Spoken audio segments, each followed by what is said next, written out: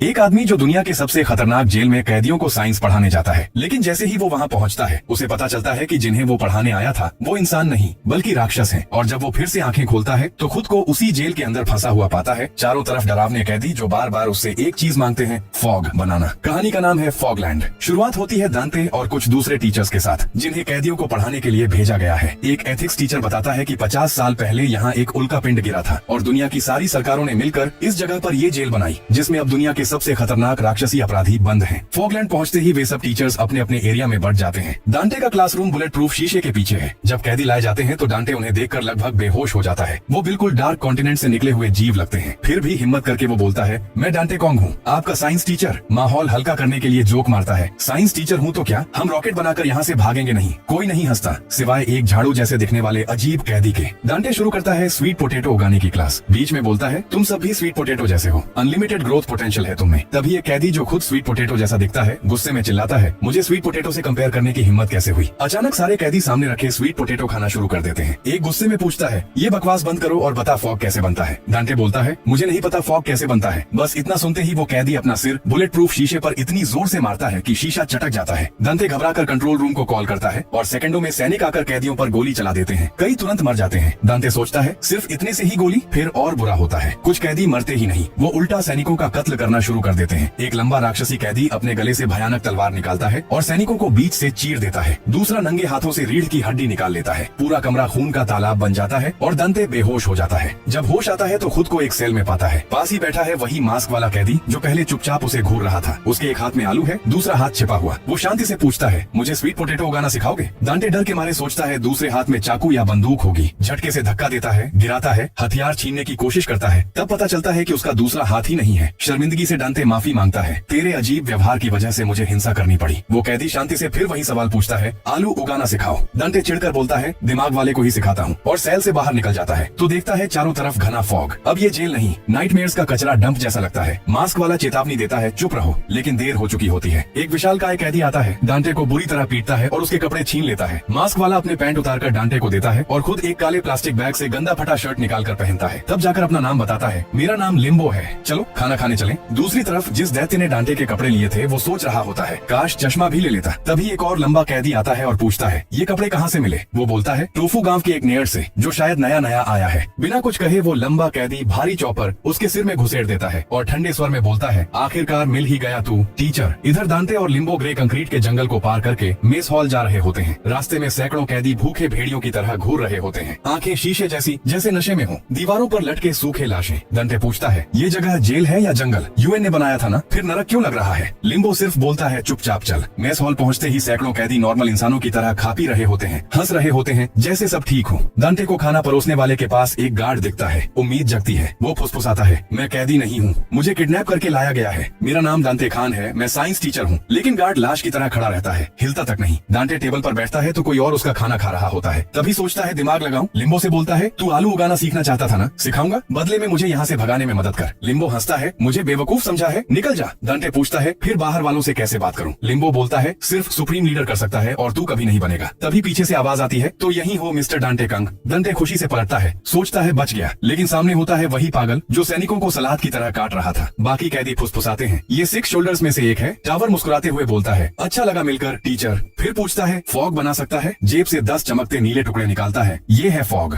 और दांते के मुंह में ठूंसने की कोशिश करता है। दांते थूक देता है। जमीन पर गिरे टुकड़े देखते ही सारे कैदी जॉम्बी बनकर उन पर टूट पड़ते हैं। जो खाते हैं वो आनंद में चीखने कराहने लगते हैं। बाकी चिल्लाते हैं, थूक दो, और जब नहीं थूकते तो उन्हें जिंदा खा जाते हैं। मरते हुए भी वो मुस्कुराते रहते हैं। टावर बोलता है, देखा टीचर, यही फॉग है, यहाँ फॉग ही भगवान है, तो बना सकता है। दांते धीरे से बोलता है, नहीं बना सकता। टावर का चेहरा काला पड़ जाता है, तू साइंटिस्ट है ना। दांते रोते हुए, मैंने 100 बार कहा मैं साइंटिस्ट नहीं, सिर्फ साइंस टीचर हूँ। टावर गुर्राता है, तो जिंदा रहने लायक नहीं, और अपनी नेक चेन से लंबी तलवार निकालकर मारने को तैयार होता है। दांते मरने को तैयार, लेकिन ठीक उसी पर लिम्बो अपना कांटा टावर की बाह में दे मारता है। हड्डी चटक जाती है। टावर चौंकता है, सोचता है गोली लगी। तभी लिम्बो उस पर कूदता है, बाल पकड़कर गर्दन पीछे मोड़ता है। रीढ़ टूटने की आवाज। टावर गिर पड़ता है। सारे कैदी चिल्लाने लगते हैं, नया शोल्डर पैदा हो गया। उस अफरा तफरी में लिम्बो डांटे को पकड़कर भाग निकलता है। डांटे अभी भी शौक में था कि वो बच कैसे गया। वो सोचता है, ये बंदा तो बहुत स्ट्रॉन्ग है, और पूछता है, तुमने मुझे क्लास के लिए असाइन क्यों किया था, क्या तुम भी फॉग चाहते थे। लिम्बो पूछता पूछता है क्या तुम सच में फॉग बना सकते हो? डांटे घबराते हुए बोलता है नहीं नहीं सॉरी, मुझे माफ कर दो। लिम्बो बोलता है अरे मैं तो बस नए कपड़े लेने गया था। लाइन देखी जो पूरी सड़क को ब्लॉक कर रही थी, तो एक बंदे से पूछा ये लाइन किस लिए है? उसने कहा कुछ आउटसाइडर आ रहे हैं जो हमें कुछ सिखाएंगे, तुम भी आ जाओ। मुझे तो इंटरेस्ट नहीं था, लेकिन जब उसने कहा नए कपड़े भी मिल रहे हैं तो मैं तुरंत लाइन में घुस गया। डांटे फिर पूछता है तो तुमने मेरी जान क्यों बचाई? लिम्बो जवाब देता है अरे मैं तो बस अपने कपड़े बचा रहा था, लेकिन तुमने उसमें भी पेशाब कर दिया। हमने एक कैदी से उसका कपड़ा छीना, तुमने पहन लिया ताकि मैं अपना वो पेशाब वाला कपड़ा धो सकूं। डांटे पूछता है इस कपड़े से तेरी कोई याद जुड़ी है क्या? जब नए कपड़े मिल गए तो इस कचरे वाले को फेंक क्यों नहीं दिया? लिम्बो बोलता है इसमें 132 लिखा है, मतलब ये मेरा है, और जिसे तुम धो रहे हो उसमें भी 132 लिखा है, इसीलिए वो भी मेरा है। डांटे बोलता है तुम्हारा हाथ नहीं है, इसीलिए तुमने कभी अपने कपड़े खुद नहीं धोए ना? फिर डांटे लिम्बो के पहने हुए कपड़े भी उतरवा लेता है ताकि धो सके। धोकर सुखाने के लिए टांग देता है। दोनों कई घंटों से एक कमरे में छिपे हुए थे, क्योंकि बाहर शोल्डर्स उन्हें ढूंढ रहे होंगे। लेकिन डांटे का पेट भूख से बज रहा था। वो सोच रहा था मेस में वो घिनौना सूप ही पी लेना चाहिए था। वो लिम्बो का स्वीट पोटैटो खाने की सोचता है, लेकिन लिम्बो उसे पकड़ लेता है और बोलता है ये आलू मेरा है क्योंकि इसमें 182 लिखा है। अगर तुमने मेरे स्वीट पोटैटो को मारा तो मैं तुम्हें मार डालूंगा। डांटे बोलता है तुम्हारा आलू खुद मर जाएगा, क्योंकि तुमने उसमें छेद करके 182 लिखा है। अब उसमें बीमारियां ही लग जाएंगी। ये सुनकर लिम्बो डर जाता है और पूछता है इसे जिंदा करने का कोई रास्ता तो होगा? डांटे बताता है हाँ है, हमें इसे सनलाइट दिखाना होगा, लेकिन फॉगलैंड में इतना घना फॉग है कि सूरज की एक किरण भी यहाँ नहीं पहुँचती। कम से कम हमें ऐसी जगह ले जाना होगा जहाँ फॉग थोड़ा कम घना हो। डांटे आलू को मेन गेट की तरफ ले जाने को बोलता है, जहाँ फॉग थोड़ा कम है। वहीं दूसरी तरफ टावर के अड्डे पर टावर की टूटी हुई गर्दन ठीक करने के लिए एक टॉप क्लास आर्किटेक्ट बुलाया गया है। वो उसके गले के किनारे बिल्डिंग जैसी स्ट्रक्चर बना रहा है ताकि गर्दन सीधी रहे और ठीक हो जाए। टावर अभी भी हैरान है कि उसकी स्ट्रॉन्ग गर्दन, जो मोटी मेटल बार से भी ज्यादा मजबूत थी, कोई एक हाथ से कैसे तोड़ सकता है। उसे लगता है कि टीचर ने ही तोड़ी है, इसलिए अब वो बदला लेना चाहता है। तभी वहाँ हाउंड की एंट्री होती है, जो खुद भी शोल्डर्स का मेंबर है। हाउंड टावर को ताना मारते हुए बोलता है क्या हुआ, तुम्हारी प्राउड नेक को कैसे तोड़ दिया? और आगे हमने अलायंस बनाया था ना, जिसे भी पहले टीचर की लोकेशन मिलेगी, शेयर करनी थी ना? टावर रूडली जवाब देता है ये बकचोदी भरी बातें मत कर, सुप्रीम लीडर तो मैं ही बनूंगा। हाउंड आर्किटेक्ट का हथौड़ा छीन लेता है और टावर से बोलता है जो टैलेंट तुम्हारे पास है उसके हिसाब से तुम्हारे सपने कुछ ज्यादा ही बड़े हैं। ऐसा कहते ही वो हथौड़े से टावर की गर्दन फिर तोड़ देता है। फिर उसके सारे आदमियों को भी मार डालता है और टोफू विलेज की तरफ निकल पड़ता है, जहाँ उसे टीचर मिल सकता है। वहीं दूसरी तरफ लिम्बो और डांटे मेन गेट की तरफ जा रहे होते हैं। दोनों के कंधों पर भारी भारी झोले लटके होते हैं। लिम्बो बस इतना बोलता है ये मेरा है। डांटे पूछता है तुमने ये मास्क क्यों पहना है? क्या तुम चोर हो या डाकू? तुम इस फॉगलैंड में किस क्राइम के लिए और कब आए? लिम्बो बहुत अजीब सा जवाब देता है मैं हमेशा से ही यहाँ था। डांटे कुछ समझ नहीं पाता। लिम्बो बोलता है तुम तो टीचर हो ना, इतने सवाल क्यों पूछते हो? डांटे जवाब देता है टीचर्स भी तो इंसान ही होते हैं। लिम्बो बोलता है तुम्हारी आवाज बहुत ज्यादा लाउड है, चुप रहो तुम। डांटे वहीं जमीन पर बैठ जाता है और बोलता है मैं बहुत थक चुका हूँ, मुझे लग रहा है हम एक ही जगह गोल गोल घूम रहे हैं। मेन गेट कितना दूर है अभी? लिम्बो जवाब देता है मुझे मेन गेट का रास्ता नहीं पता। डांटे गुस्से से चिल्लाता है और ये बात तुम मुझे अब बता रहे हो? हम 2 घंटे से गोल गोल घूम रहे हैं, अब मैं और आगे नहीं चल सकता। या तो तुम मुझे अपनी पीठ पर बैठा कर ले चलो या यहाँ खाना ला कर दो, तभी मैं तुम्हारे स्वीट पोटैटो को बचा पाऊंगा।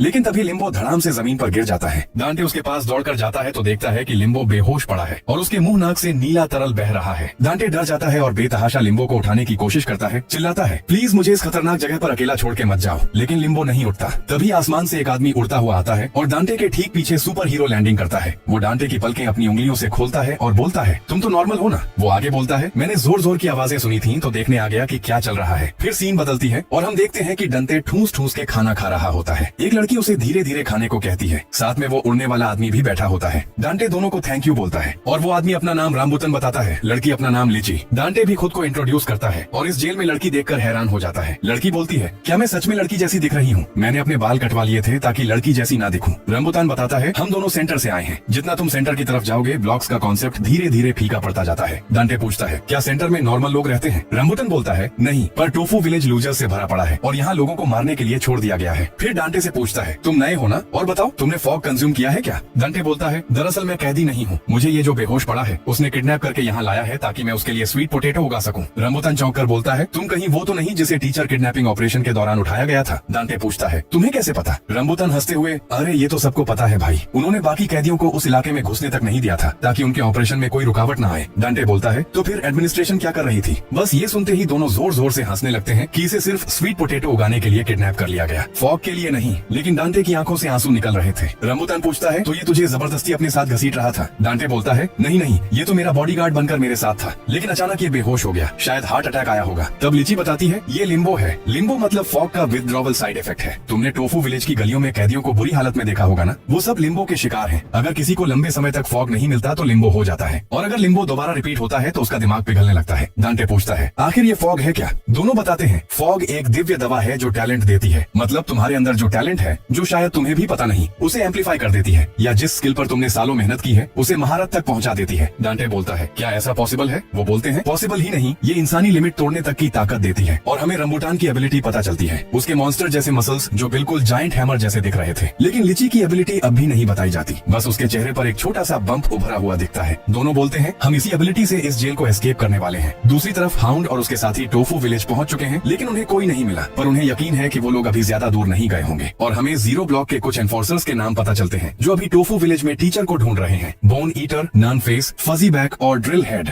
वहीं दूसरी तरफ रंबूटान और लीची अपनी पावर यूज करके जेल एस्केप करने वाले हैं और डांटे को भी ऑफर करते हैं, तुम भी हमारे साथ प्रिजन ब्रेक करना चाहोगे? लेकिन डांटे बोलता है, मुझे बचाने सैनिक जरूर आए होंगे। अगर मैं क्रिमिनल्स के साथ मिलकर भागने की कोशिश करूंगा तो मुझे सच में कैदी घोषित कर देंगे, या फिर पकड़े गए तो हम तीनों मर जाएंगे। रंबूटान बोलता है, ऐसा कुछ नहीं होने वाला। बाहर का कोई भी फॉगलैंड में एंटर नहीं करता, क्योंकि वो फॉग एडिक्ट बन जाएगा और बिना फॉग के जिंदा नहीं रह पाएगा। डांटे बोलता है, मैं तो फॉग कभी कंज्यूम नहीं करूंगा, मैंने सोचा तक नहीं। लेकिन रंबूटान जो बोलता है उसके बाद डांटे सुन हो जाता है। रंबूटान कहता है, ये तुम्हारी विल पर है ही नहीं। तुम्हें फॉगलैंड में आए कितने दिन हुए? 2 दिन, 3 दिन? ये जो घना फॉग तुम देख रहे हो ना, ये खुद फॉग के पार्टिकल से भरा हुआ है। अगर तुम्हें टैलेंट चाहिए तो लाखों पार्टिकल चाहिए होंगे, लेकिन यहाँ की हवा ही इतनी है कि तुम्हें फॉग एडिक्ट बना दे। फॉग तुम्हारे फेफड़ों में घुसकर क्रेविंग पैदा करता है और बॉडी और ज्यादा फॉग मांगने लगती है, और अगर नहीं मिला तो आखिरकार लिम्बो हो जाता है। डांटे घबराते हुए पूछता है, तो क्या मैं ऑलरेडी फॉग एडिक्ट हो चुका हूँ? रंबूटान बोलता है, नहीं, अभी भी थोड़ा चांस है। लिम्बो इसका पहला स्टेज है, अभी शुरू हुआ है। हर किसी का बॉडी टॉलरेंस अलग होता है, लेकिन फिर भी रिलैक्स करने की बात नहीं है। डांटे पूछता है, तो तुम लोग ऑलरेडी एडिक्ट हो चुके हो? दोनों बोलते हैं, हाँ, यहाँ तक कि हमने आज तक ये भी नहीं सुना कि किसी ने फॉगलैंड को जिंदा एस्केप किया हो सकता है फ्यूचर में इसका कोई रिकवरी पॉसिबल हो जाए या बाहर कोई एंटीडोट बन जाए, लेकिन हमने एक दूसरे से वादा किया है, कुछ भी हो जाए हम फॉगलैंड में नहीं मरेंगे। भले लिम्बो हो जाए, भले जिंदगी और एक दूसरे को भूल जाए, हम दोनों क्लियर स्काई में जरूर मिलेंगे। डांटे उनकी डेडिकेशन देखकर समझ जाता है कि वो मजाक नहीं कर रहे। तभी लिम्बो की आंख खुलती है। डांटे उसे देखकर घबरा जाता है। उसे लगता है कि अगर इन दोनों को प्रिजन एस्केप के बारे में पता चला तो ये इन पर अटैक कर देगा, क्योंकि इसका आलू इसके लिए बहुत प्यारा है और वो इसे जिंदा करना चाहता है। लेकिन डांटे आलू पर टाइम वेस्ट नहीं करना चाहता। रंबूटान डांटे से पूछता है, तुम इस बंदे से डर रहे हो क्या? ये तो बस एक फॉग ज़ॉम्बी है, और जिसे लिम्बो हो जाता है उसके पास ताकत बिल्कुल शून्य हो जाती है जब तक वो दोबारा फॉग न खा ले। इसे तो तुम भी हरा सकते हो। डांटे ये सुनकर शांत होता है और बोलता है, मुझे डर था कि कहीं ये तुम दोनों को नुकसान न पहुंचा दे। रंबूटान अपनी किक लिम्बो की तरफ एम करते हुए बोलता है, क्या मैं इसे मार डालूं? डांटे तुरंत बोलता है, नहीं नहीं, इसकी जरूरत नहीं। फिर लिम्बो के पास जाता है और बोलता है, मैं इस जगह को छोड़कर जा रहा हूँ, अब हमें अपने अपने रास्ते हो जाना चाहिए, तुम समझ रहे हो ना? लिम्बो बस इतना बोलता है, स्वीट पोटैटो। डांटे उससे आलू छीन लेता है, एक कप में पानी भरता है, उसमें आलू डाल देता है और बताता है, इस तरह से डाल दो, अपने आप बड़ा हो जाएगा, और बेशक इसको सनलाइट भी चाहिए। चलो अब जल्दी अपने प्यारे दोस्त स्वीट पोटैटो को सनलाइट दिखाओ, वरना सूरज डूब जाएगा। लिम्बो बोलता है, मुझे रास्ता नहीं पता। डांटे रंबूटान से कहता है कि लिम्बो को यहाँ से भगा दो, और फिर बोलता है, मैं तुम्हारे साथ ही जाऊंगा, चाहे सच में कैदी बन जाऊं या एस्केप करते वक्त मर भी जाऊं। चलो इस गंदी जगह से बाहर निकलते हैं। कुछ देर बाद लिम्बो इतना कमजोर हो जाता है कि अपना कप में पड़ा आलू तक पकड़ नहीं पाता और गिर जाता है। हम लिम्बो के बचपन का फ्लैशबैक देखते हैं। वहाँ उसके साथ एक लड़की भी होती है। दोनों टीवी देख रहे होते हैं जिसमें स्टैटिक्स के अलावा कुछ नहीं चल रहा। लड़की उसे बिल्ली के बारे में बताती है। लिम्बो के न समझने पर वो कहती है, बिल्ली एक ऐसा जानवर है जिसके पूरे शरीर पर फर होते हैं, और अगर हम उसे पालें तो वो हमारी बात समझती है। जब हम बुलाएंगे तो हमारे पास आएगी। मैं एक बिल्ली पालना चाहती हूँ जब मैं इस जगह से बाहर निकलूंगी। ये बोलते बोलते लड़की की आंखों से आंसू बह रहे थे। वहीं दूसरी तरफ प्रेजेंट में 2 कैदी बात कर रहे होते हैं। ये चीज 20 सेंटीमीटर मूव कर गई है, और वो चीज या जीव पता नहीं क्या है। एक आलू के शेप वाला राक्षस है जिसने एक कैदी को एक हाथ में पकड़ा हुआ है और उसे आधा खा भी चुका है। दोनों कैदी बोल रहे होते हैं, शायद उस कैदी ने भागने की कोशिश की थी। दूसरी तरफ डांटे रंबूटान से पूछता है, तो तुम्हारा प्लान क्या है? हम प्रिजन एस्केप कैसे करेंगे? रंबूटान बोलता है, बताता हूँ, और इतनी जोर से ऊपर की तरफ कूदता है कि छत तोड़कर बाहर निकल जाता है। उनका प्लान है रंबूटान की पावर से छतों के ऊपर ऊपर कूदते हुए पूरी जेल को एस्केप करना। तभी लीची अपने सिर पर बने बम पर टैप करती है और पूरे लैंडस्केप का स्क्रीनशॉट ले लेती है। दिमाग में लिए सारे स्क्रीनशॉट्स को जोड़कर वो इस हिस्से का एक परफेक्ट मैप बना लेती है, लेकिन वो सिर्फ प्रिजन का बहुत छोटा सा हिस्सा था। डांटे हैरान होकर बोलता है, इतना बड़ा मैप और ये सिर्फ छोटा सा हिस्सा है? टोफू विलेज का साइज देखकर पता चल जाता है कि अभी उन्हें बहुत बहुत दूर जाना है। लीची उन्हें डायरेक्शन बताती है। रंबूटान दोनों को अपनी बाहों में जकड़ लेता है और छतों पर कूदते हुए आगे बढ़ने लगता है, और लीची हवा में ही पूरे एरिया के स्क्रीनशॉट्स लेती जा रही थी। वहीं दूसरी तरफ लिम्बो दूसरे फॉग एडिक्ट से फॉग मांग रहा होता है। जब वो लोग बोलते हैं हमारे पास नहीं है तो लिम्बो उनकी जेबें चेक करने को बोलता है। फिर वो लोग लिम्बो को पीटने लगते हैं। उनमें से एक चम्मच लेकर लिम्बो के पास आता है और बोलता है, मैंने सुना है लोगों के मांस से भी फॉग निकलता है। बोन ईटर भी तो लोगों को फॉग के लिए खाता है ना? और वो लिम्बो की आंख चम्मच से निकालने ही वाला था कि जोरदार थप्पड़ पड़ता है। उसका कान का पर्दा फट जाता है और वो दूर जाकर गिरता है। सारे फॉग ज़ॉम्बी भागते हैं चिल्लाते हुए, ये शायद हाउंड का बंदा है। हाउंड लिम्बो को देखकर बोलता है, finally found you bag head. फिर हमें फ्लैशबैक में ले जाया जाता है जब सैनिकों और कैदियों के बीच खून खराबा चल रहा था। हाउंड चुपके से डांटे को उठाकर भाग रहा था। वो सोच रहा था साला टावर मेरे आदमियों को मीट शील्ड की तरह इस्तेमाल कर रहा है, और हाउंड की आंखों में आंसू भी थे। लेकिन प्रेजेंट में लिम्बो ही हाउंड का पीछा कर रहा होता है। हाउंड सोचता है शायद ये ड्रिल हेड की टीम का है। लिम्बो अपने हाथ में आलू पकड़े हाउंड से पूछता है तुम भी स्वीट पोटैटो एनिमल हो क्या? हाउंड कुछ समझ नहीं पाता। लिम्बो फिर पूछता है क्या मैं टीचर से पूछ सकता हूँ? हाउंड अपने आदमियों के मरने के गम में था। तभी लिम्बो उसे टीचर को जगाने को बोलता है। गुस्से में हाउंड टीचर को फेंकता है और फुल स्पीड से लिम्बो के मुंह पर मुक्का मारता है, लेकिन लिम्बो डोज कर देता है और जिस हाथ में आलू पकड़ा था उसी हाथ की 2 उंगलियों से हाउंड की पसलियों में हमला करता है। हाउंड वहीं ढेर हो जाता है। फिर लिम्बो टीचर को लेकर वहाँ से भाग जाता है। यहाँ प्रेजेंट में हाउंड लिम्बो के बाल पकड़े हुए उसे चोर बोलता है और पूछता है टीचर सही सलामत है ना? वहीं दूसरी तरफ रंबुटान और टीचर को ड्रिल हेड से बचाने की कोशिश कर रहा होता है। वो ड्रिल हेड के चेहरे पर जोरदार किक मारता है और उसे दूर फेंक देता है। ड्रिल हेड रंबुटान की ताकत समझ ही नहीं पा रहा था कि साला ये है क्या चीज। रंबुटान उसे रास्ते से हट जाने को बोलता है। टीचर हमारे साथ जाएगा क्योंकि ये हमें पहले मिला है। तभी ड्रिल हेड बैले डांस की पोजीशन में आता है। स्पिन करता हुआ सीधा जमीन में डाइव कर देता है और डांटे के ठीक नीचे की जमीन से निकलता है, लेकिन टाइम पर रंबुटान डंटे को बचा लेता है। फिर भी ड्रिल हेड अपनी ड्रिलिंग स्पीड की वजह से जमीन में कई छेद करके चूहे की तरह बार बार निकल रहा था और छुप जा रहा था। रंबुटान पैरों से उसे कुचलने की कोशिश करता है लेकिन नाकाम रहता है। अचानक ड्रिल हेड रंबुटान के पीछे जमीन से निकलता है और उसके चूतड़ों में अपना ड्रिल हेड घुसेड़ देता है। रंबुटान दूर जाकर गिरता है और बेहोश हो जाता है। ये देखकर लीची चीख पड़ती है और वहाँ मौजूद सबको पता चल जाता है कि लीची असल में लड़की है। सारे कुत्तों की तरह गंदे कैदी उस पर झपट पड़ते हैं। डांटे सोचता है ये सब मेरी वजह से हो रहा है। वो लीची को बचाने के लिए वहाँ पड़े पत्थर उठाता है और गंदों पर अंधाधुंध मारने लग जाता है। इसी दौरान एक पत्थर गलती से लीची को भी लग जाता है। वो लीची का हाथ पकड़कर खींचता है और भागने की कोशिश करता है। ड्रिल हेड अब इतनी सुंदर लड़की को भी हाथ से जाने नहीं देना चाहता, लेकिन तभी रंबुटान भी उठ चुका होता है। वो दोनों को बचाने दौड़ता है लेकिन सिर्फ लीची को ही बचा पाता है। डांटे को ड्रिल हेड पकड़कर जमीन के अंदर घसीट ले जाता है। वहीं दूसरी तरफ हाउंड लिम्बो को अपने अड्डे पर ले आता है। वो पूछता है क्या तुम पहले स्पेशल फोर्सेज में थे? मैं भी था। फॉगलैंड आने से पहले मैंने कई रियल फाइट्स लड़ी हैं। हाउंड अपने आदमी स्लिक को बोलता है इससे टीचर की लोकेशन उगलवाओ, चाहे जितने भी गंदे तरीके इस्तेमाल करने पड़े और चाहे जो हो जाए इसे बिल्कुल फॉग मत देना।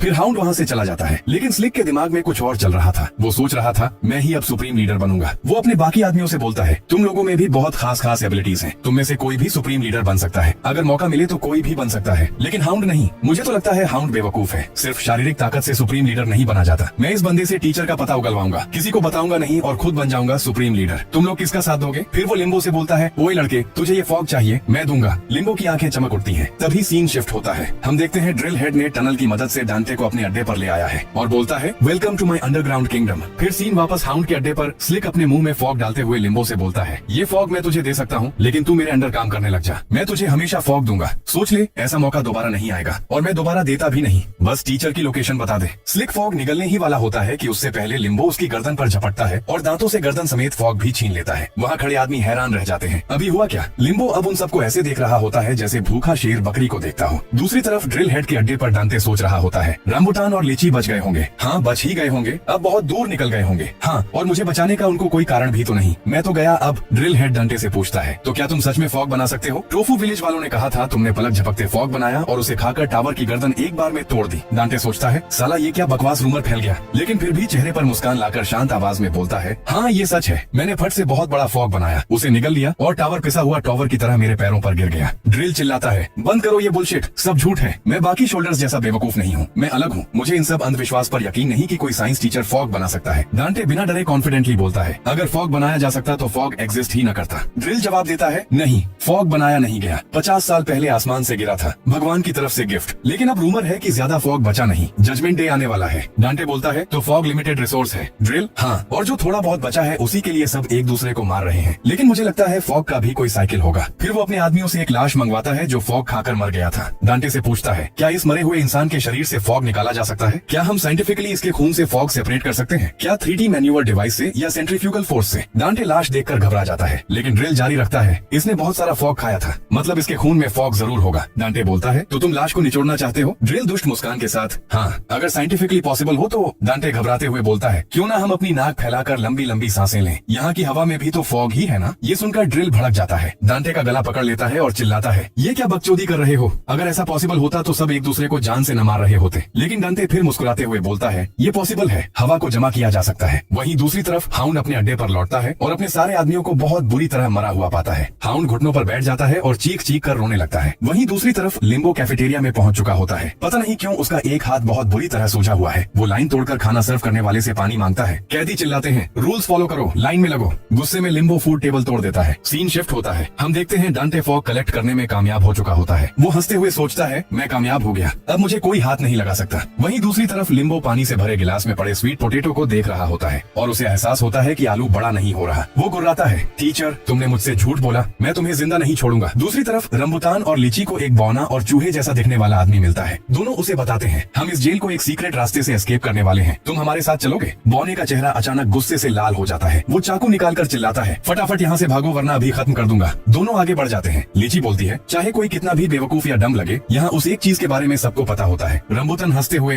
हाँ सिर्फ टीचर ही है जो अभी तक नहीं जानता। लीची के चेहरे पर बहुत सीरियस एक्सप्रेशन आ जाते हैं। ड्रिल के अड्डे की लोकेशन मेरे मैप में है। शायद वो दोनों डांटे को रेस्क्यू करने की सोच रहे थे। दूसरी तरफ डांटे ने जाली, मेश और बांस की मदद से एक सिंपल फॉग कैचिंग सिस्टम तैयार कर दिया था। ड्रिल ये देखकर दंग रह जाता है। ओरिजिनलिटी चेक करने के लिए वो फॉग वाले पानी को चखता है और कंफर्म करता है ये 100% शुद्ध फॉग है। फिर तो ड्रिल और उसके सारे साथी खुशी से नाचने लगते हैं। डांटे के गले में फूलों की माला डाल दी जाती है और सब टीचर टीचर चिल्लाकर उसे हवा में उछालने लगते हैं। अगले सीन में डांटे प्रेजेंट ड्रेस से बने फॉर्मल शर्ट पैंट और टाई में तैयार है। ड्रिल ने अपने बाप से सिलवाया था। ड्रिल बोलता है, फॉर्मल कपड़ों में तुम बिल्कुल अलग इंसान लगते हो, शायद प्रकृति ने तुम्हें यही ड्रेस दी है। ड्रिल उसका अपनी टीम में स्वागत करता है, अब से हम सब तुम्हें सबसे ऊंचा सम्मान देंगे। डांटे मन ही मन सोचता है, ये ड्रिल हेड तो सुप्रीम लीडर के सबसे करीबी आदमियों में से है, इसके जरिए मैं बाहर की दुनिया से कांटेक्ट कर बाहर निकल जाऊंगा। ड्रिल बोलता है, आज हम बहुत बड़ा फेस्टिवल करने वाले हैं, तुम्हारी कृपा से अब हमें फॉग जमा करके रखने की जरूरत नहीं। जो फॉग मैंने अब तक इकट्ठा किया था आज सब इस्तेमाल करेंगे मेरे असेंशन के लिए। अगले सीन में एक बहुत बड़ी प्लेट में ढेर सारा फॉग हॉल के बीचों बीच रखा होता है। चारों तरफ ड्रिल के आदमी धूल बजा रहे हैं, नाच रहे हैं। ड्रिल एक ताली बजाता है, सब शांत। डांटे को लगता है कि सब मिलकर फॉग खाएंगे। ड्रिल अनाउंस करता है, मैं ड्रिल हेड अंडरग्राउंड का राजा और मेरे ड्रिल हेड साथी, आज वो दिन है जब हमारी मेहनत रंग लाई। आज तक जितना भी फॉग इकट्ठा किया था उससे मैं असेंशन को चैलेंज करूंगा। क्या तुम लोग असेंशन में यकीन करते हो? सब चिल्लाते हैं, वी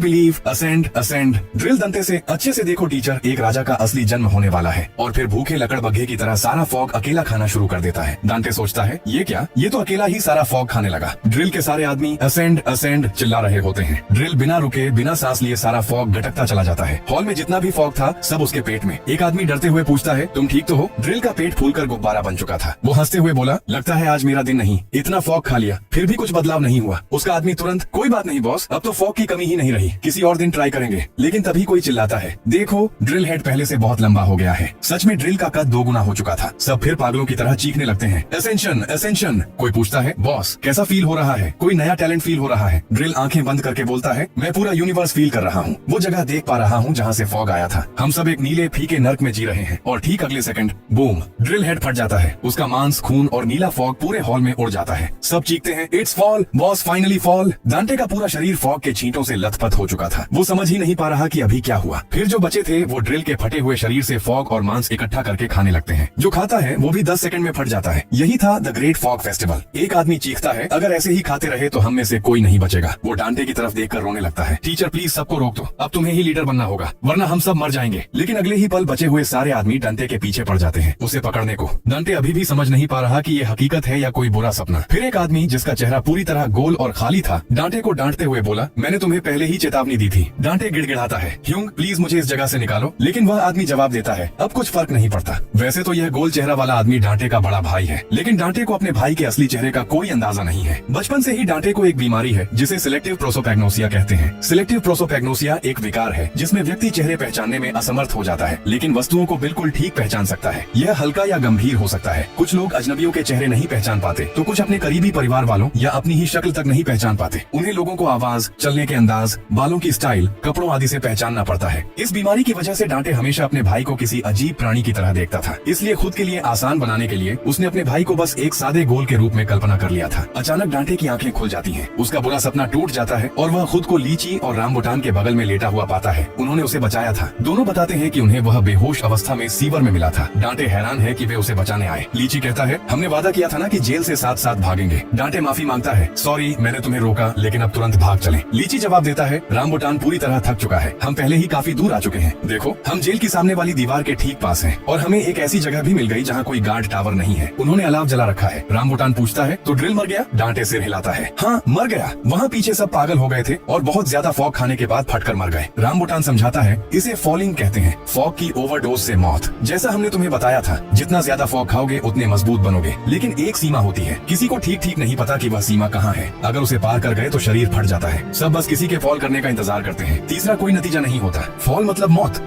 एसेंशन एक सीमा को तोड़कर आगे बढ़ना और दूसरी टैलेंट हासिल करना। एसेंशन के बाद लोग उस व्यक्ति के पीछे चल पड़ते हैं और उसकी पूजा करने लगते हैं। एसेंशन बहुत दुर्लभ होता है, आमतौर पर लोग फॉल ही करते हैं। डांटे पूछता है, लोग दूसरी टैलेंट के लिए इतना बड़ा रिस्क लेते हैं? रामबुटान जवाब देता है, यह तो बस एक किंवदंती जैसा है। कहते हैं एक दिन ऐसा व्यक्ति आएगा जिसके पास अनंत टैलेंट्स होंगी, जो इस दुनिया के हर नियम को तोड़ेगा और हमें सबको आजाद कर देगा। वही व्यक्ति हमारा भगवान बनेगा। हम उसे सुप्रीम लीडर कहते हैं। सीन लिम्बो की तरफ शिफ्ट होता है। उसकी आंखें बंद हैं, लेकिन वह अपने आसपास की हर चीज महसूस कर सकता है। रेंगते कीड़ों की आवाज, भूखे कैदियों के पेट की गुर्राहट, उड़ते पक्षी, लड़ते कैदी, वह डांटे के चश्मे की हल्की सी क्लिक की आवाज भी सुन रहा है। अब लिम्बो को ठीक ठीक पता है कि डांटे कहाँ है। शायद उसने अपनी टैलेंट जगा ली है। मेरा अनुमान है कि उसकी टैलेंट बिल्लियों जैसी है, यानी ऊंचाई से गिरने पर भी सुरक्षित रहना या अंधेरे में देखना वगैरह, लेकिन यह सिर्फ मेरा अंदाजा है। अब कहानी आगे बढ़ाते हैं। इस बीच ड्रिल हेड के बेस के अंदर कुछ लोग पूरे प्लेग डॉक्टर मास्क और प्रोटेक्टिव सूट पहने ड्रिल का मांस और फॉग इकट्ठा कर रहे हैं। थैले मास्क वाली बोलती है, यहाँ हर रोज कोई न कोई बर्बाद होता है। फॉग इकट्ठा करते हुए एक लाल बालों वाला आदमी उसे एक पैकेट थमाता है और कहता है, अरे टूरिस्ट, ये रखो हाई क्वालिटी फॉग। लाल बालों वाला बोलता है, वह आदमी मिला। थैले मास्क वाली बोलती है, कौन? वह एक बाजू वाला, कोई जानता है शायद। लाल बालों वाला बोलता है, पूरे 1 साल हो गए और तुम्हें बस इतना पता है। थैले मास्क वाली बोलती है, देखो ये काम अब मेरे लिए फायदेमंद नहीं रहा। आखिरकार यह तो फॉगलैंड ऑपरेशंस ब्यूरो का ऑन ऑर्डर है ना। लाल बालों वाला चिढ़कर बोलता है, बकवास बंद करो। थैले मास्क वाली बोलती है, इस साल दाम बढ़ गए हैं, क्या तुम ज्यादा पैसे दे सकते हो? लाल बालों वाला बोलता है, अगर तुम उसे मेरे पास लाओगे तो जितना मांगोगे उतना दूंगा। लाल बालों वाले की आंखें चमक रही हैं, वह शायद खुद भी फॉग यूजर है। दूसरी तरफ सुबह हो चुकी है। डांटे, लीची और रामबुटान जेल से भागने के लिए पूरी तरह तैयार हैं। डांटे दीवार पर खून के धब्बे देखता है। जब वह रामबुटान से इसके बारे में पूछता है तो रामबुटान कहता है, मुझे भी नहीं पता, रात में कोई आवाज नहीं आई थी। किसी कारण से डांटे का दिल बेचैनी से धड़कने लगता है। फिर भी डांटे पूछता है, क्या मैं किसी तरह तुम्हारी मदद कर सकता हूँ? रामबुटान हाँ कहता है और उसे एक थैला थमा देता है। बोला, इसे बहुत संभाल कर रखना। फिर वह पूछता है, क्या तुम भगवान में विश्वास करते हो? डांटे जवाब देता है, हाँ। रामबुटान पूछता है, क्या तुम कोई प्रार्थना सुना सकते हो? डांटे कहता है, हाँ सुना सकता हूँ, लेकिन मुझे सिर्फ हमारे पिता वाली प्रार्थना आती है। रामबुटान मुस्कुराता है और कहता है, हाँ वही बिल्कुल ठीक रहेगी। अब चलो यहाँ से निकलते हैं। वह डांटे और लीची दोनों को अपनी बाहों में खींच कर पास लाता है। लीची कहता है, मास्टर डांटे, प्रार्थना शुरू करो।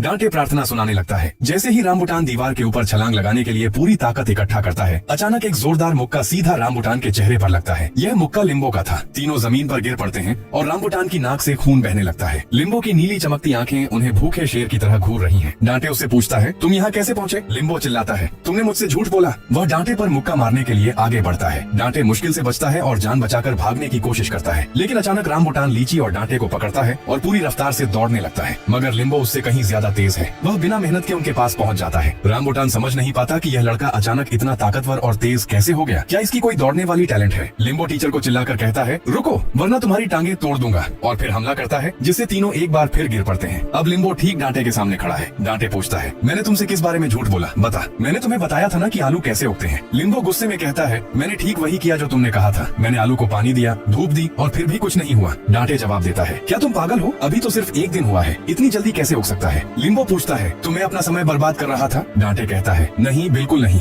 हर चीज को उगने में समय लगता है। यह बात स्पष्ट नहीं है क्या? बेवकूफ, कम से कम 1 हफ्ता तो इंतजार करो, तब पता चलेगा कि उगेगा या नहीं। लिम्बो थोड़ा शांत हो जाता है। ओह अब समझ आया, लेकिन तुम लोग कहाँ जा रहे हो? डांटे जवाब देता है, मैंने तुम्हें बताया था ना, मैं इस नरक से बाहर निकल रहा हूँ और अब तुम्हें मेरी जरूरत भी नहीं है। लिम्बो रामबुटान और लीची को देखता है और कहता है, तो ये सब इन दोनों की वजह से हुआ? डांटे जल्दी से लिम्बो से कहता है कि उन्हें नुकसान मत पहुंचाना और बस चला जाए, लेकिन लिम्बो ठंडे स्वर में जवाब देता है, क्या तुम मरना चाहते हो? तुमने मुझसे कहा था कि तुम जीना चाहते हो, याद है? और अब तुम इनके लिए मरने को तैयार हो? रामबुटान गुस्से में उसे चुप रहने को कहता है, फिर एक दुष्ट मुस्कान देता है और बोला, बस यहाँ से गायब हो जा। वह डांटे की तरफ मुड़ता है और कहता है, डांटे हमारे साथ चलो। डांटे को बहुत बेचैनी महसूस हो रही है और वह उनके साथ जाने में हिचकिचाता है। रामबुटान डांटे का हाथ पकड़ता है और कहता है, तुम इस पागल की बात सुन रहे हो? इसका दिमाग तो सच में पिघल रहा है, इसकी मत सुनो। पीछे से लीची रामबुटान के कान में फुसफुसाता है, टीचर को पकड़ो और तेज भागो। लिम्बो के ठीक सामने रामबुटान जबरदस्ती डांटे को खींचता है और दौड़ने लगता है, चिल्लाते हुए, मास्टर डांटे, प्रार्थना और तेज बोलो। रामबुटान फिर पूरी ताकत से दीवार के ऊपर छलांग लगाता है। डांटे की अंतरात्मा चीख रही है कि कुछ बहुत बुरा होने वाला है। उसके दिमाग में फ्लैशबैक दौड़ रहे हैं। रामबुटान ने बिना किसी कारण के उसकी रक्षा कैसे की? लिम्बो को उसके लिए मारने तक तैयार था। वह मन ही मन सोचता है, मुझे तो ये लोग अच्छे लगते हैं, इन्होंने मेरा इतना ख्याल रखा है, हमने साथ में इस जेल से भागने का वादा किया था। अचानक हवा में ही रामबुटान डांटे को खुद से दूर धकेलता है और उसे जोर से लात मारता है। रामबुटान और लीची उल्टी दिशा में भाग कर निकल जाते हैं। वह थैला जो रामबुटान ने डांटे को दिया था गिरता है और फट जाता है। उसमें से फॉग निकलकर चारों तरफ फैलने लगता है। इधर आलू का राक्षस ढूंढ रहे 2 अन्य कैदी देखते हैं कि वह अपनी जगह से गायब है। वे कहते हैं, लगता है फिर कोई जेल से भागने की कोशिश कर रहा है। और यहाँ हम देखते हैं कि आलू का राक्षस डांटे तक पहुँच चुका है। वह सीधा राक्षस के मुंह में गिरने वाला है। कुछ दिन पहले का एक सीन दिखाया जाता है जहाँ लीची और रामबुटान ठीक उसी आलू के राक्षस के सामने खड़े हैं। लीची लीची पूरे इलाके का पूरा नक्शा बना रहा है। रामबुटान राक्षस को छू रहा है। लीची उसे मना करता है। हमें बताया जाता है कि राक्षस का नाम गारगोयल है। रामबुटान कहता है यह तो बस एक मूर्ति जैसा लगता है, यह तब तक हिलता भी नहीं जब तक कोई भागने की कोशिश न करे। रामबुटान आलू के राक्षस को लात मारता है और कहता है तो यह सच में जिंदा है। मुझे विश्वास नहीं होता कि ऐसी घटिया चीज हमें भागने से रोक सकती है। लीची कहता है लोग कहते हैं कि यह फॉग के साथ आया था, कुछ कहते हैं कि शरीर पर लगा फॉग जो हम सांस में लेते हैं, सब कुछ। वे नहीं चाहते कि वह फॉग गायब हो जाए, इसलिए लोग इसे बाहर ले जाने से रोकते हैं। रामबुटान पूछता है क्या तुम्हें लगता है कि यह सोच सकता है? लीची जवाब देता है ऐसा लगता है कि यह सोच सकता है, यह फॉग को महसूस कर सकता है। इसे तुरंत पता चल जाता है कि कौन भागने की सोच रहा है। जब तक गारगोयल यहाँ है हम इस जगह से कभी निकल नहीं पाएंगे। जितना मैं बाहर की दुनिया और धूप का सपना देखता हूँ उतनी ही निराशा मेरे अंदर बढ़ती जाती है। रामबुटान लीची का हाथ पकड़ता है और कहता है नहीं, मैं ऐसा नहीं होने दूंगा। हमारे लिए कोई न कोई रास्ता जरूर होगा। मैंने तुमसे वादा किया था कि मैं तुम्हें इस जगह से निकालूंगा। मुझ पर भरोसा रखो, तुम्हारे लिए मैं कुछ भी कर सकता हूँ। कट टू वर्तमान। रामबुटान दीवार के ऊपर से बाहर की तरफ छलांग लगा देता है। ठीक उसी पल आलू का राक्षस डांटे को खा जाता है। हंसते हुए रामबुटान कहता है काम कर गया। उसके थैले में फॉग और वो बेवकूफी भरी प्रार्थनाएं। गारगोयल को लगता है कि फॉग लेकर डांटे ही भागा है। ऐसा कहते हुए रामबुटान दीवार से नीचे कूदता है, जमीन पर उतरता है और सामने की धूप को देखता है। वह कहता है हम कर दिखाया, अब हम आजाद है ना लीची। लेकिन लीची की आवाज नहीं आती। जब वह कंधे की तरफ देखता है तो देखता है कि लीची का सिर पूरी तरह गायब है। वह सिर्फ लीची का बिना सिर वाला शरीर कंधे पर लटकाए हुए है और आलू का राक्षस उसका सिर चबा रहा है, एक टांग पर खड़ा हुआ। रामबुटान बस अपनी मोहब्बत को च्युइंग गम की तरह चबाते हुए देखता रहता है। गुस्से में वह लीची का शरीर फेंक देता है और राक्षस पर हमला करने के लिए दौड़ता है। लेकिन उसकी लात लगने से पहले ही आलू का राक्षस अपने मुंह में नीली एनर्जी बॉल तैयार करता है और सीधे रामबुटान की टांगों पर एनर्जी बीम अटैक छोड़ता है। रामबुटान बस चीखता रह जाता है। अब आलू का राक्षस वापस जेल के अंदर चल पड़ता है। उसके सामने लिम्बो खड़ा है। लिम्बो अपनी सूजी हुई मुट्ठी कसता है, राक्षस की तरफ दौड़ता है और अपनी सूजी हुई बाजू से लूफी के एलिफेंट गन की तरह राक्षस के बंद मुंह पर इतना जोरदार मुक्का मारता है कि मुंह फट जाता है। राक्षस नीली एनर्जी बीम छोड़ता है लेकिन लिम्बो बच जाता है। हमले से उसके गाल पर सिर्फ एक कट लगता है। इसके बाद लिम्बो मुंह पर मुक्के मारता रहता है जब तक कि वह पूरी तरह टूट न जाए। जब आलू के राक्षस का मुंह टूटता है तो हम देखते हैं कि टीचर अभी भी मुंह के अंदर जिंदा है, बुरी तरह डरा हुआ। वह लिम्बो को देखकर कहता है प्लीज मेरी मदद करो, मैं गलत था, प्लीज। लिम्बो अपनी सूजी हुई हाथ से डांटे को पकड़ता है, राक्षस के मुंह से बाहर खींचता है और जमीन पर फेंक देता है। डांटे लिम्बो की टांग पकड़ लेता है और कहता है मुझे लगा मैं मर जाऊंगा, मुझे लगा तुम भी मुझे मारने आए हो, तुम इतने डरावने क्यों व्यवहार कर रहे हो। लिम्बो उसे आंखें खोलने को कहता है और बोलता है कहो, मैं अब कहीं नहीं जाऊंगा। इस समय तक राक्षस दोनों के बहुत करीब आ चुका है, जिसे देखकर डांटे चीखने लगता है। वह चिल्लाता है 182 तेज भागो, राक्षस आ गया। लिम्बो डांटे को लात मारता है और कहता है उसे कहो मैं दोबारा नहीं छोड़कर जाऊंगा। मैंने तुम्हें कई बार कहा था इस जगह से बाहर निकलने का कोई रास्ता नहीं है, मैं झूठ नहीं बोल रहा,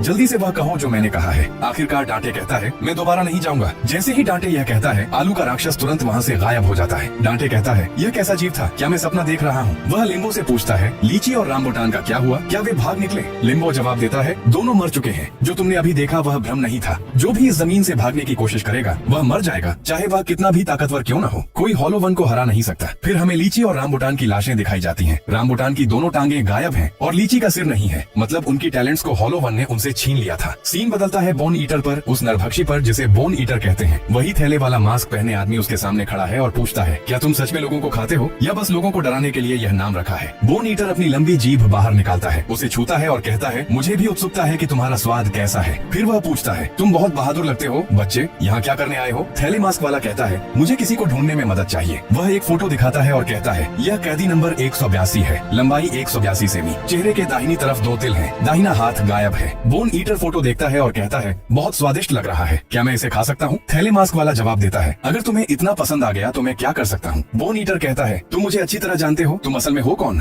थैले मास्क वाला जवाब देता है यह मैं हूँ जो सिर्फ ताकतवरों के इलाके में जी रहा हूँ, मैं डिस्ट्रिक्ट ए का सीनियर हूँ। और हम देखते हैं कि थैले मास्क वाले की बाजू पर एक जिप है। मुझे पक्का नहीं कि वह जिप उसके कपड़ों पर है या असली त्वचा पर। और लिम्बो से उसकी क्या दुश्मनी है मुझे नहीं पता। यहाँ हम देखते हैं कि पोटैटो मॉन्स्टर उसी जगह वापस आ गया है। 2 कैदी कह रहे हैं वह दुष्ट गोलेम वापस आ गया और वे कहते हैं कि इस बार उसने किसी को जिंदा नहीं छोड़ा। उनमें से एक कहता है देखो उसके दांत टूटे हुए हैं, क्या हुआ, क्या विकेट गोलेम घायल हो गया, क्या ऐसा भी संभव हो सकता है। तभी एक क्लोक्ड आदमी आता है, उसने अपना चेहरा पूरी तरह ढक रखा है। वह कहता है यह एक ओमेन है। दोनों चिल्लाते हैं बाबा यागा। रहस्यमयी आदमी हंसता है हाँ हाँ हाँ। कैदी कहते हैं 5 साल बीत गए, आज पहली बार उसने अपना मुंह खोला है और उसके मुंह से बहुत बुरी बदबू आ रही है। बाबा यागा कहता है यह एक बहुत बड़ा ओमेन है, ठोड़ी पर दरार पड़ गई है, यह प्रोफेसी है। कैदी कहते हैं जल्दी लिख लो। वह कहता है the bird has taken flight. Baba Yaga अपने हाथ फैलाता है और कहता है वह दिन नजदीक आ रहा है। और हम बाबा यागा का चेहरा भी देखते हैं जिसका सिर पीछे की ओर लंबा है और चेहरा ऐसा है जैसे कोई एलियन 8-10 महीनों से भोजन न किया हो। सीन टीचर और लिम्बो पर बदलता है। टीचर पूछता है क्या लीची और रामबुटान सच में मारे गए। लिम्बो कहता है हाँ, लेकिन उन्हें उस मॉन्स्टर ने नहीं मारा, सिर्फ एक नहीं है, एक से ज्यादा है। टीचर चिल्लाता है, यह चीज आखिर है क्या? लिम्बो कहता है, यह वो चीज है जो फॉगलैंड से निकलने की कोशिश करने वालों का शिकार करती है और उन्हें मार डालती है। टीचर अभी भी समझ नहीं पा रहा कि क्या हो रहा है, ऐसी चीज कैसे हो सकती है, और लिची और रंबूटान ने उन्हें कभी ऐसी चीज के बारे में नहीं बताया। लिम्बो कहता है, वे दोनों लायर्स थे। टीचर बार बार एक ही बात दोहराता रहता है क्योंकि वह अभी तक इसे प्रोसेस नहीं कर पाया है, और वह पूछता भी है, क्या बाहर की दुनिया को पता है कि ऐसी चीज मौजूद है जो कैदियों को निकलने से रोकती है? ये खतरनाक मॉन्स्टर जो जेल से भागने वालों को मार डालता है। लिम्बो बस उसे चुप रहने को कहता है और बोलता है, तुमने खुद अपनी आंखों से देख लिया तो विश्वास क्यों नहीं करते? अगर दीवार पार करने की कोशिश करोगे तो मार दिए जाओगे। यहाँ से निकलने का कोई रास्ता नहीं है, ये बात अपने दिमाग में बैठा लो।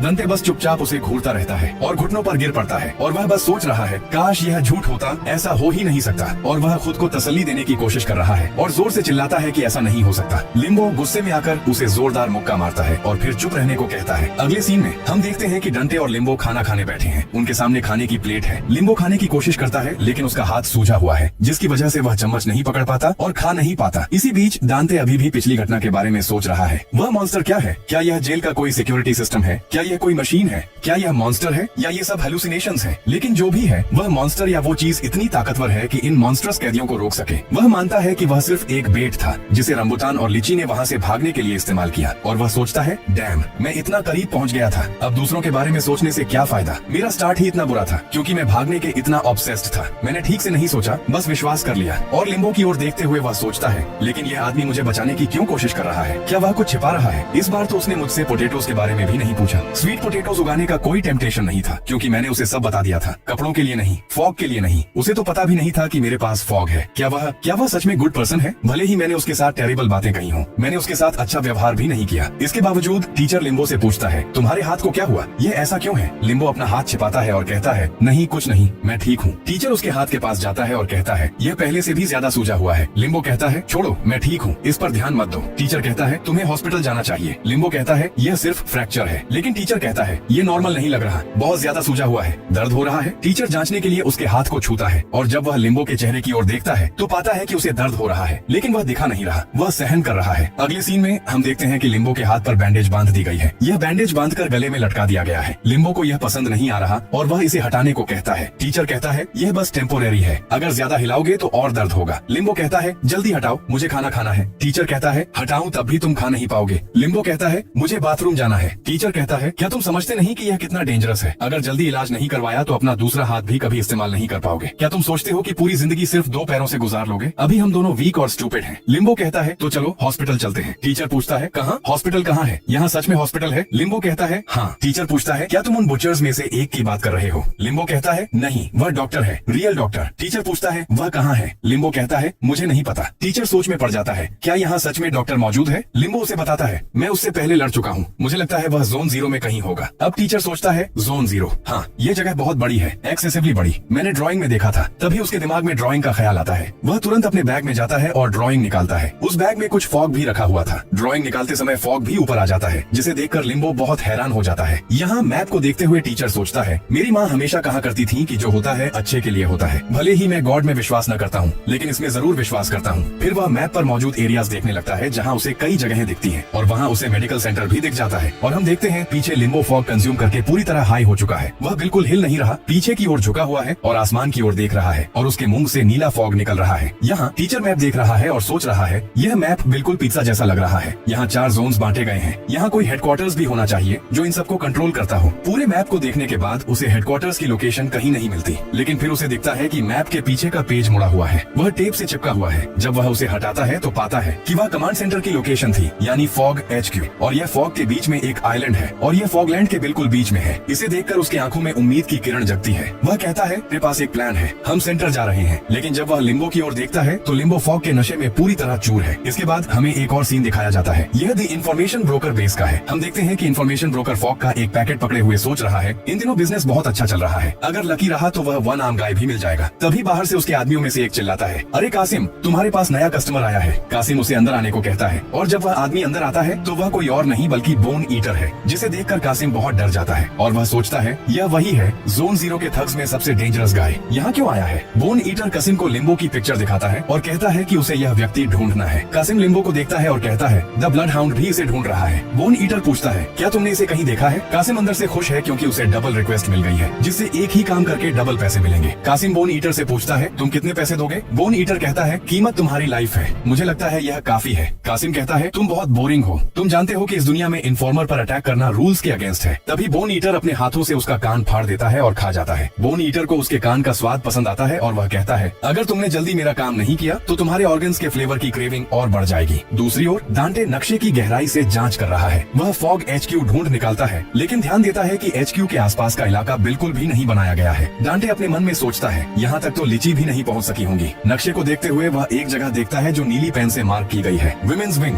फिर हम देखते हैं कि डंटे के पीछे एक लिम्बो बेहोश पड़ा हुआ है, जिसके मुंह से नीला फॉग निकल रहा है। अचानक डंटे को लारा की याद आती है। लारा भी एक साइंस टीचर थी जो उसके साथ इस जेल में लाई गई थी ताकि वह कैदियों को साइंस पढ़ा सके। वह सोचता है कि क्या लारा को भी किडनैप किया गया है, लेकिन फिर विचार खारिज कर देता है, सोचते हुए नहीं, ऐसा नहीं हो सकता, सिर्फ मेरी बदकिस्मती है कि मैं यहाँ फंस गया। एक दूसरे सीन में किसी के केक को थप्पड़ मारा जा रहा है और आवाजें आ रही हैं कि इसे और जोर से हिलाओ। यह केक किसी और का नहीं बल्कि लारा का है। वह विमेन्स विंग में फंसी हुई है और उसके चेहरे पर हार्ली क्विन स्टाइल मेकअप लगा हुआ है। पीछे महिला कैदी चिल्ला रही है हिलाओ और जोर से हिलाओ। लारा के पास उन्हें मानने के सिवा कोई चारा नहीं है। फिर कहानी लारा के नजरिए से बदल जाती है। वह बताती है मुझे जिस जगह भेजा गया था वह विमेन्स विंग थी। मेरा रास्ता बाकी टीचर्स से पूरी तरह अलग था, मुझे दूसरी तरफ जाना पड़ता था। उसे एक लंबा एजेंट गाइड कर रहा था। उसने एजेंट से पूछा कि उसका क्लासरूम कैसा है, लेकिन एजेंट ने बस कहा कि कार में बैठो। जब उसने पूछा कि क्लासरूम दूर है क्या, तो एजेंट ने सिर्फ कहा कार में बैठो किड। जैसे ही उसने उसे किड कहा उसे कुछ गलत लगा। एजेंट ने फिर पूछा तुम साइंस टीचर हो ना, और लारा ने पुष्टि की हाँ बिल्कुल। उसी पल एजेंट ने अपना मास्क उतारा जिसमें बड़े दांतों वाली चौड़ी मुस्कान दिखी। उसने अपना हेलमेट फेंक दिया। पता चला कि वह एजेंट नहीं था, वह एक आदमी था जिसके बाल सुपर सयान जैसे थे, पागलों की तरह हंसते हुए। उसने चिल्लाकर कहने लगा हम साथ में इस दुनिया के अंत तक जा रहे हैं। उसके बाद उसे एक जगह लाया गया जिसे द क्वींस टाउन कहा जाता है। वर्तमान में वापस कैदी लारा से कहते हैं कि हिलाओ, और वह बस वहाँ बैठकर रो रही है। एक एक आंख वाली कैदी उसके पास आती है और कहती है फिर रो रही हो। वह लारा को धक्का देती है कहते हुए तुम मेरी बूज का स्वाद बिगाड़ रही हो। वह लारा से पूछती है कि क्या फॉग रिसर्च में कोई प्रोग्रेस हो रही है, कहते हुए सच बता तुम बना नहीं सकती ना, अगर एक भी रिजल्ट है तो मेरे पास लाओ। नहीं ला सकती ना? फिर कैदी लारा को पकड़ती है और चाकू से धमकाती है कहते हुए तुम्हें कीमत चुकानी पड़ेगी, कोई उम्मीद नहीं है, बॉस को धोखा देने की कीमत। अभी मैं सिर्फ जिस चीज पर यकीन करती हूँ वह वो है। अचानक एक भारी आवाज उसे रोकने को कहती है। बाकी कैदी उसे देखकर हैरान रह जाते हैं। यह काली है, सभी उसे काली कहते हैं। वह एक आंख वाली कैदी से कहती है ये मजाक बहुत दूर चला गया नॉक्स। हमें पता चलता है कि एक आंख वाली कैदी का नाम नॉक्स है। काली लारा के पास आती है और पूछती है क्या हो रहा है my little baby bird. Knox बहस करती है काली मेरी सुनो, वह पूरी तरह झूठ बोल रही है। वह कहती है कि फॉग नहीं बना सकती, लेकिन लारा चिल्लाती है नहीं मैं बना सकती हूँ, मैं सच में बना सकती हूँ। नॉक्स दावा करती है कि यह सब बकवास है और लारा उन्हें बेवकूफ बना रही है। काली कहती है माय बेबी बर्ड कहती है कि वह बना सकती है। गुस्से में नॉक्स चली जाती है चेतावनी देते हुए काली तुम्हें पछताना पड़ेगा। काली लारा से पूछती है चले माय बेबी बर्ड। अगले सीन में काली लारा को अपनी गोद में पकड़े हुए है। वह कहती है मुझे तुम्हें हमेशा ऐसे कसकर पकड़ना चाहिए था। लारा कहती है मैं ठीक हूँ। काली पूछती है कुछ मदद चाहिए बस बोलो।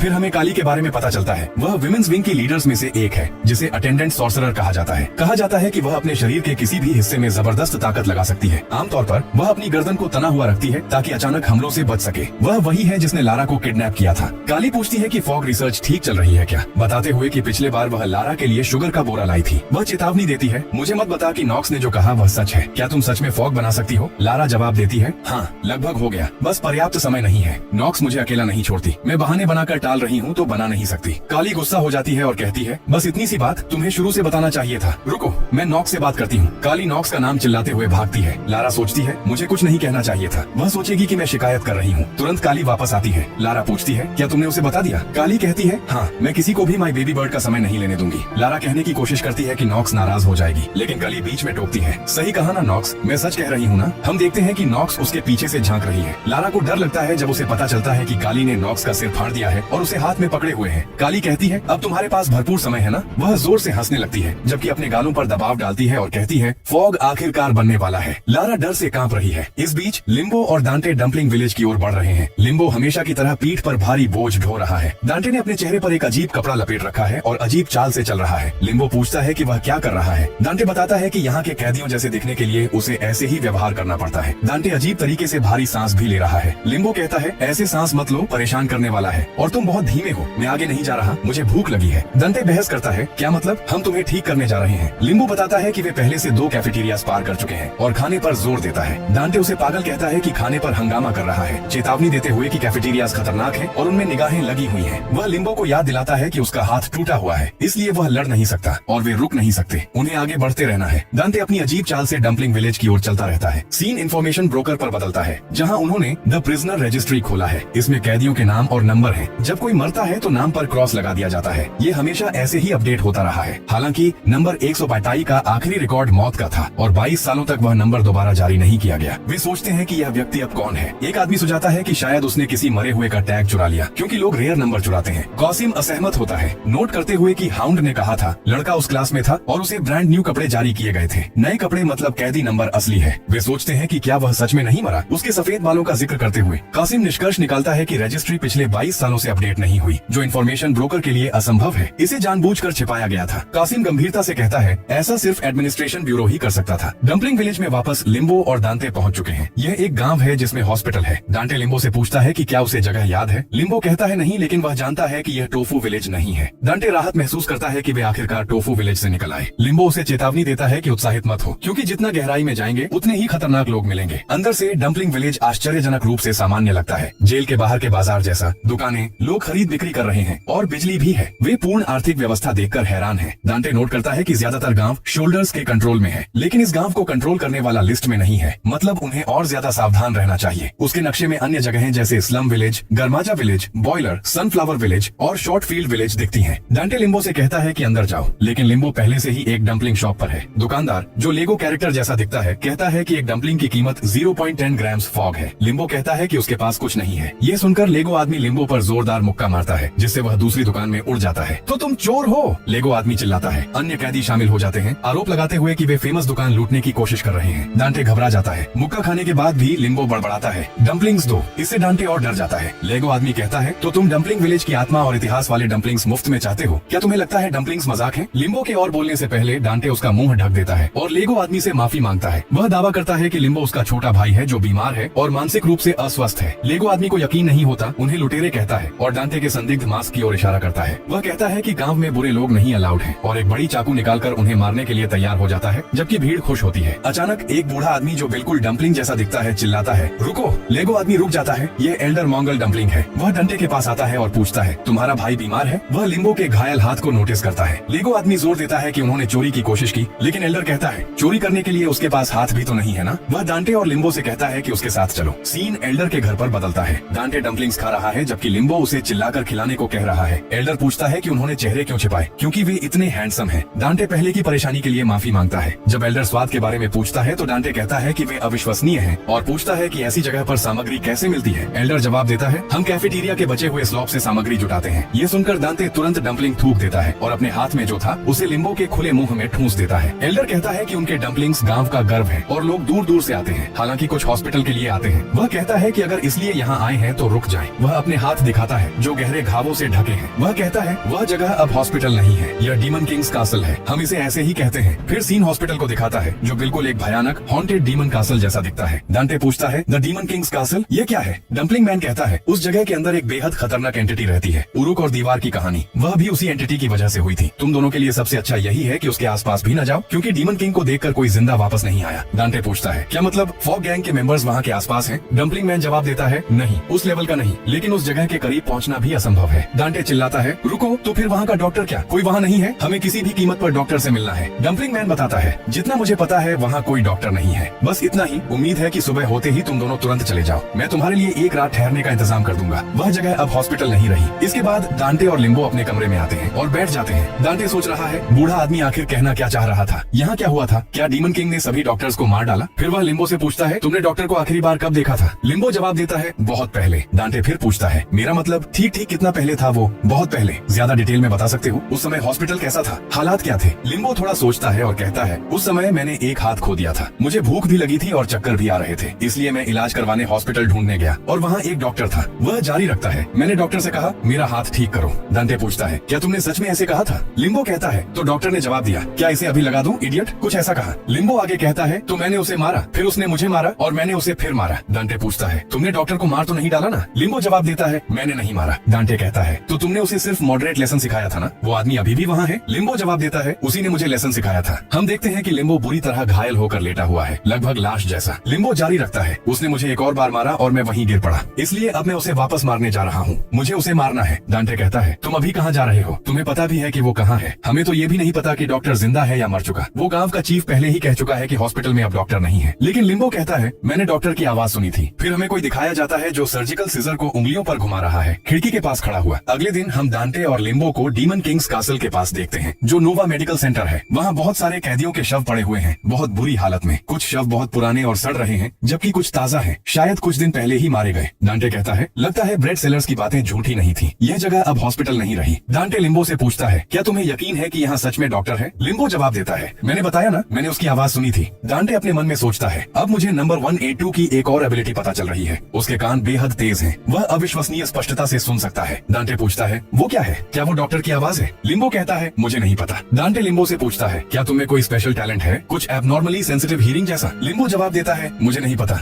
मेरे पास ऐसा कुछ नहीं है, मेरे पास कोई वियर्ड टैलेंट नहीं है। डांटे कहता है, नहीं, जरूर है, तुम मुझे झूठ तो नहीं बोल रहे ना? क्या तुम ऐसी आवाजें सुन सकते हो जो बाकी लोग नहीं सुन सकते? बता दो, अगर सच में ऐसी एबिलिटी है तो ये हमें बहुत मदद करेगी। लिम्बो जवाब देता है, मैंने बताया ना, मेरे पास कुछ नहीं है। उसकी एबिलिटी टेस्ट करने के लिए डांटे अपना मुंह बंद करता है और बहुत धीरे से कुछ बड़बड़ाता है, ऐसा कि सामान्य इंसान शायद न सुन सके। लेकिन लिम्बो डांटे की बातें सुन लेता है। लिम्बो मुड़ता है और उसे जोरदार किक मारता है, दूर फेंक देता है। डांटे कहता है, मैं तो मजाक कर रहा था। और वह अपने मन में सोचता है, मैंने तो होंठ भी मुश्किल से हिलाए, आंशिक रूप से कोई आवाज भी नहीं निकाली, फिर भी उसने सुन लिया। तो साफ है कि उसके कान सच में बहुत तेज हैं। अगर ऐसा है तो अभी यह जगह डीमन किंग्स कासल या यह हॉस्पिटल, मुझे लगता है कि अंदर जाकर खुद देखने के सिवा कोई चारा नहीं है। लिम्बो सीधे हॉस्पिटल में घुसने की कोशिश कर रहा है, लेकिन डांटे उसे छिपने को कहता है और बोलता है, वहाँ देख सकते हो, वो हॉस्पिटल का मेन एंट्रेंस जरूर है। क्या अंदर से कोई बात करने की आवाज सुन रहे हो? और जो प्लान मैंने बताया था वो याद है? लिम्बो कहता है, हाँ। डांटे कहता है, तो बता दो प्लान क्या है? लिम्बो जवाब देता है, दरवाजे पर नॉक करो और जितनी तेजी से हो सके छिप जाओ। अगर जो बाहर आए वो डॉक्टर नहीं है तो वेपन ढूंढो और भाग जाओ। डांटे कहता है, बहुत अच्छे, तो चलो। प्लान का नाम ring the bell and run. हम देखते हैं कि लिम्बो मेन गेट के सामने खड़ा है। डांटे सोच रहा है, 182 के कान बहुत तेज हैं। वह रामबुटान जितनी तेजी से लगभग दौड़ भी सकता है। अगर 182 ऊपर जाए तो हम सुरक्षित रूप से हॉस्पिटल के अंदर की स्थिति चेक कर सकते हैं। फिर लिम्बो अपने पैर से मेन गेट पर नॉक करता है और तुरंत दौड़कर छिप जाता है। लिम्बो और डांटे दोनों छिप कर देखते हैं कि कोई बाहर आता है या नहीं, लेकिन कोई नहीं आता, कोई आवाज भी नहीं आती। डांटे कहता है, एक बार और ट्राई करते हैं, इस बार थोड़ा जोर से नॉक करो। लिम्बो फिर वही करता है, वह प्रोसेस दोहराता है, नॉक करता है और फ्लैश स्पीड से छिप जाता है, लेकिन इस बार भी कोई आवाज नहीं, कोई बाहर नहीं आता। डांटे सोचता है कि शायद अंदर जगह खाली है। तो फिर लिम्बो ने जो आवाज का जिक्र किया था वो क्या थी? अब लिम्बो खुद ही एंट्रेंस की ओर दौड़ता है, कहते हुए कि इस बार वह ज्यादा जोर से नॉक करेगा। और जैसे ही वह मेन एंट्रेंस गेट को लात मारता है, पूरा गेट टूट जाता है और लिम्बो हॉस्पिटल के अंदर चला जाता है। डांटे चिल्लाता है, नंबर 182, मेरी सुन रहे हो? जल्दी वहाँ से बाहर निकलो। लेकिन अचानक लिम्बो बाहर की ओर गिरता है, जैसे किसी ने उसे उठाकर बाहर फेंक दिया हो। डांटे इसे देखकर डर जाता है और सोचता है कि शायद ये डीमन किंग है। फिर हम देखते हैं कि कोई हॉस्पिटल से बाहर आ रहा है, सर्जिकल सीजर्स घुमा रहा है। डांटे इसे देखकर कहता है, नहीं,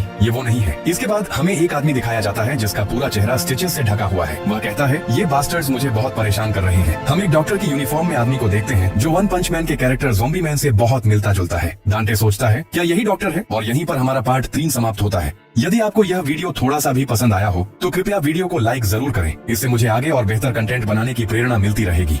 साथ ही कमेंट बॉक्स में यह अवश्य बताएं कि आप यह वीडियो कहां से देख रहे हैं। तो फिर मुलाकात होगी एक और धमाकेदार वीडियो के साथ। तब तक के लिए धन्यवाद और बाय बाय।